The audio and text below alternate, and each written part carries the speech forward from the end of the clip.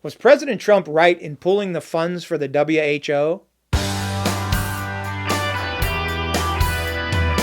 Veritas.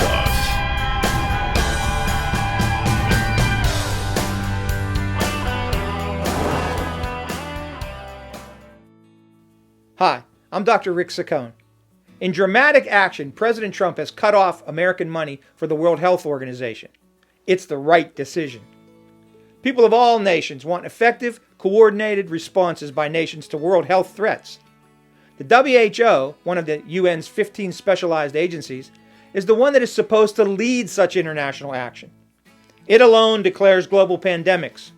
But on corona, it failed. Apparently because of corruption. That is, apparently because it was co-opted by China. The WHO first failed to recognize the power of the virus as it broke out in Wuhan, China.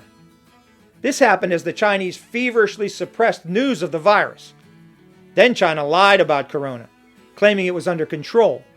It denied, concealed, and withheld vital information on the virus from the rest of the world. We don't know today how many thousands of lives this cost. The WHO caved to China's pressure to go slow on issuing warnings on corona. Keep in mind that most of the pandemics in recent years originated in China. In 1957, the Asian flu. In 1968, the Hong Kong flu.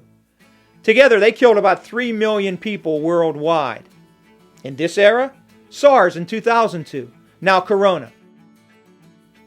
The last thing the Chinese wanted was to be the source of yet another global pandemic. The head of the WHO is Tedros Ghebreyesus, an Ethiopian who was part of Ethiopia's repressive Marxist regime, the People's Democratic Front, itself a longtime friend of China. On January 30th, Tedros announced that corona had become a public health emergency of international concern. But incredibly, he also said there should be no travel bans. Nonetheless, on January 31st, President Trump, exercising wise leadership, announced a ban on travel to the U.S. from China. This brought howls from Beijing, the American left, and the WHO, which called the ban racist, an attempt to stigmatize the Chinese. As the virus continued to spread, President Trump on March 12th announced a ban on travel from Europe to the United States. More howls from the Europeans and the left, including the hopelessly disconnected Joe Biden. He said, "No travel ban will stop corona. This is more of Trump's hysterical xenophobia." What a pathetic and ignorant response from the Democrat candidate for president. Now, of course, everyone agrees the travel bans were exactly the right thing to do.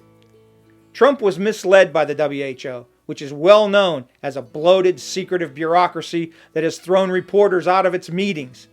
It spends mind-blowing amounts of money on travel, nearly $200 million last year, and since 2013, the WHO reportedly spent $1 billion on travel.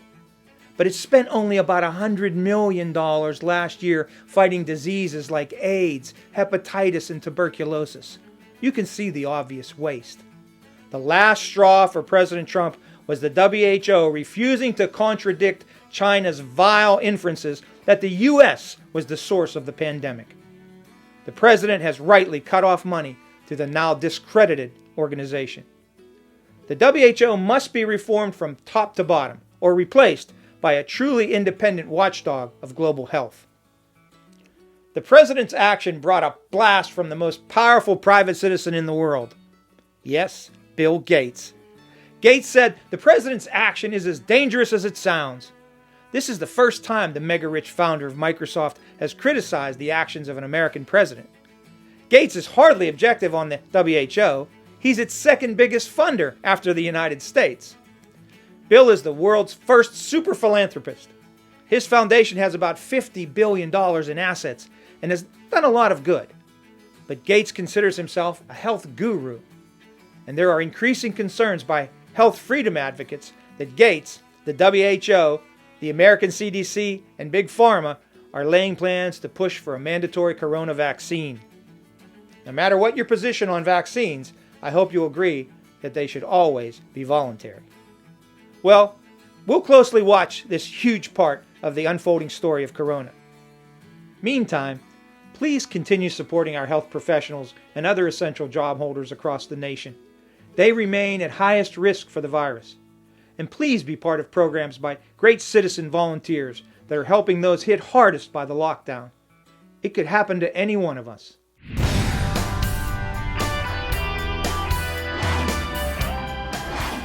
Until next time, in God we trust. Don't forget to like this video and comment if you want to see more.